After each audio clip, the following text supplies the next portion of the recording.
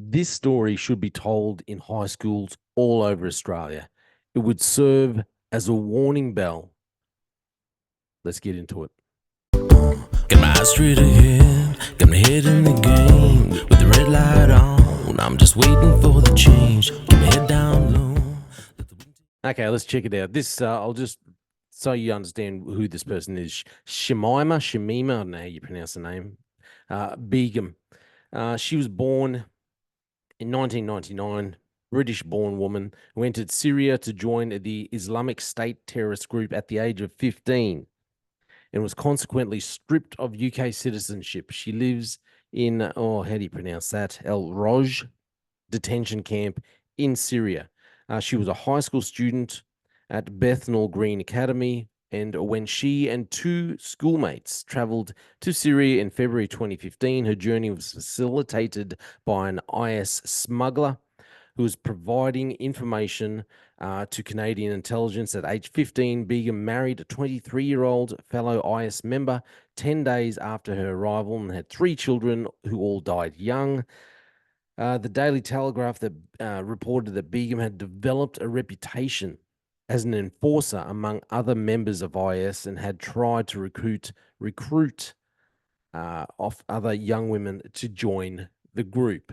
That's who she is. I'm talking about all this because of this story. She's back in the news now. So she suffers a blow in last-ditch bid to get her British citizenship back, as reported.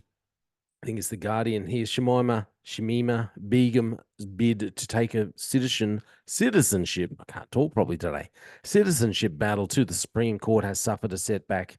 The former ISIS bride asked the Court of Appeal for approval to challenge the government's decision at the UK's highest court, but was refused on Monday. She can still send a direct request to the Supreme Court to hear a request, which will likely be her final chance to overturn the 2019 decision to remove her citizenship. Wow. Judges denied Begum's last challenge, which was heard in February for the Court of Appeal. That followed a previous failed appeal to the Special Immigrations Appeal Commission, dismissing the Court of Appeal case in February. The Lady Chief Justice Baroness Carr, precious moments, what a title, said it could be argued the decision in Ms. Begum's case was harsh. It could also be argued that Ms. Begum is the author of her own misfortune. The author of her own misfortune. This is why part of the reason why I'm saying this story needs to be told, should be told in high schools all around the world. Young children, look at the mistakes this young lady made. Whether or not you could say that, she was just blindly going along there, she was misled, she was actually trafficked, and she doesn't bear full responsibility. At the end of the day, she made choices. She made choices. She did not consider the outcomes. She did not consider the possible ramifications of what could happen. Now she wants to come back to the country she was born in, and the country she's born in said, "Nah, you're no longer a citizen. You're out skis. You're gone." She's sitting. She's 23, and she's just sitting in a refugee camp, living in squalor compared to living in contrast, luxury in the UK, in the United Kingdom, a first world nation where you're not having to wait around for someone else to provide you food. You can go out and work and do what you want. You have a certain amount of freedoms. Instead, she chose ISIS, and now she's paying for those decisions she made because there was no thought of the consequences that could occur. That's why we need to be talking about this more in our schools, I believe. Going on. The only task of the course was to assess whether the deprivation decision was unlawful. Since it was not, Miss Begum's appeal is dismissed. Lawyers for Begum, who secretly moved to Syria when she was 15 and is now 24, said she still hasn't received justice in a British court. This is what I don't understand. What kind of justice does she have to prove? She cut ties, severed ties. She took off with two other females. She was known as an enforcer for ISIS, trying to con other young women to come over there and basically, just be sex brides. That was her role. That's what she wanted to do. That was the decision she made. She participated in this endeavor. and she's paying the price. It seems harsh. It is harsh, but unfortunately, we all pay for the decisions we make.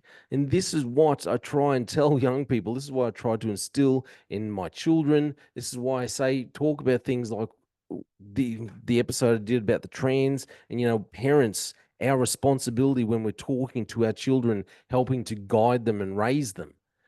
They need to understand consequences for their actions. Unfortunately, things are out of our control sometimes when we go down a certain path.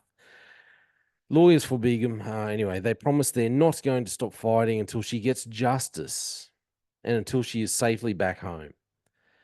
Begum was stripped of her UK citizenship and banned from entering Britain in 2019 after she was found in a refugee camp in the wake of IS military collapse. In February last year, SIAC accepted there was credible that Begum had been recruited, transferred, and then harbored for the purpose of sexual exploitation. But unfortunately, when you're 15, especially especially girls, I find when girls are 15, it's a little different to when boys are 15. When girls are 15, they think, I'm sorry, I'm not trying to, I'm sorry if this is insulting, but I found, okay, just my opinion, girls around that 15, 16 years of age, they seem to think that they know everything, that they are adults, that they can make all these decisions. It's harder to tell a teenage girl what to do. You will get more pushback than from a teenage boy. That's just my own experience. Far more pushback, and they will tend to push the boundaries sometimes a lot more. And this is the issue. She 15, her and these girls, her girlfriends ran off. They think they know. They think they know what love is. They're being conned by a bloke who's a lot older than them. Come over, have my children, fight for the cause. There's no talk of the consequences. There's no talk of the consequences, no thought of the consequences. We need to be talking about this more in this nation, preaching it to our children so they can see you need to make the right choices in life. You need to consider future consequences and how you might feel the repercussions for this and be paying the price for the decisions you make now. That's my opinion. Let me know what you think. Let me know what you think about her. Should she be allowed back in Britain? I don't think so. I think it's unfair, but that may be a little harsh. Maybe a little harsh. Let me know what you think. I'm Jay Fallon. Thanks for listening to The Slippery Slope. They just fuel the desire that will take me higher. I'm on fire because nothing's gonna